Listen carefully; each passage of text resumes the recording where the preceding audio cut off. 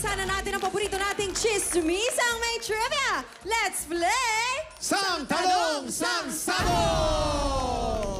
Ate Val, first time mo ba dito? Oo, first time. Ay, grabe naman. Kamusta ka naman? Ano mga pinagkakaabalaan mo ngayong 2024?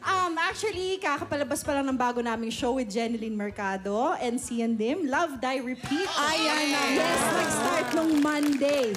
So, 8:50 p.m. after Black Rider. Ayan, abangan niyo yung mga tiktropa ngayon, Ate Val. Magpapasabog ka na ba?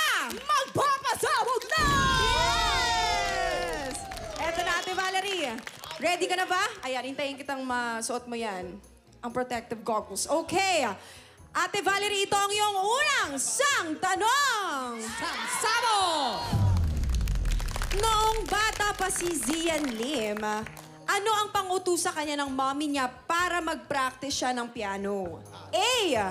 Bibigyan siya ng chocolate at ice cream pagkatapos ng practice. Or B. Papayagan siyang mag-video games pagkatapos ng practice. Magsimula tayo sa girls? Yes, syempre girls. Ayan. Paano? Sabi girls eh. Girls, Kuya Kim.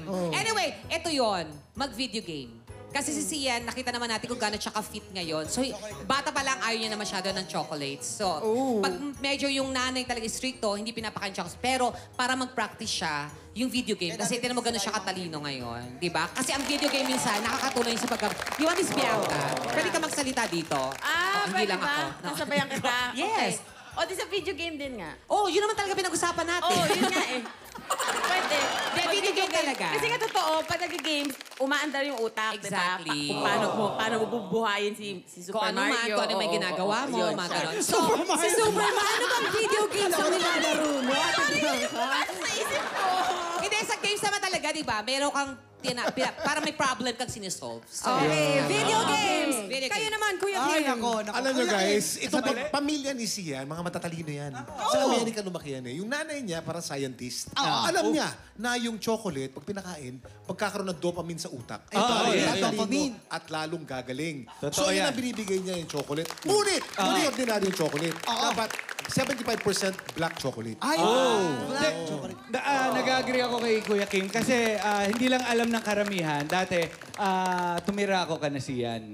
Talaga? Bakit ka tumira sa kanila? Wala ka bang bahay? Hindi, meron akong pinagdadaanan noon. Tapos, doon muna ako nagstay. Pero saglit lang naman yun. Kaya nakita mo? Oo, nakita ko talaga kung paano siya i-train magpiano. Yeah. And doon ko nakita na binibigyan talaga siya lagi ng Chocolate. sweets. Kasi mahilig sa sweets si Ian. Kaya lang na-realize nung magulang niya, baka bago siya maging magaling na pianista, may diabetes na siya. So, medyo... Nakakaloka ka, Joros. Pero naman, Ate Val, ano ang sagot mo? Nako, si Cian kasi kasama ko to sa Love, Die, Repeat. At hindi ko siya nakikita kumakain ng chocolate. Tama, di ba? So, I Valerie. think... Nakikita mo ba siya magpapiano? Nagpapiano ba siya? Nagpapiano. Actually, medyo Nagpapiano. nakuha ko ni Kuya Kim dun sa dark chocolate kasi totoo yun. Pero nung nagsita ka, Joros, doon ako. Tama. Video games.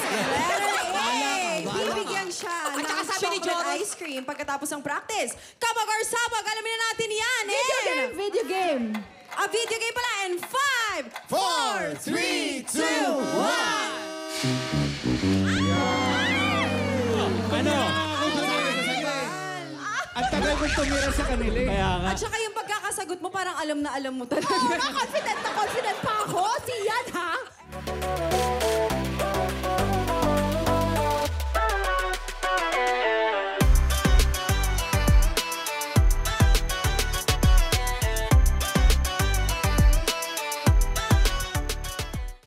Tropa, pinanood mo hanggang sa dulo itong video na to at dahil doon, very good ka. For more happy time, watch more TikTok Clock videos on our official social media pages and subscribe to GMA Network official YouTube channel.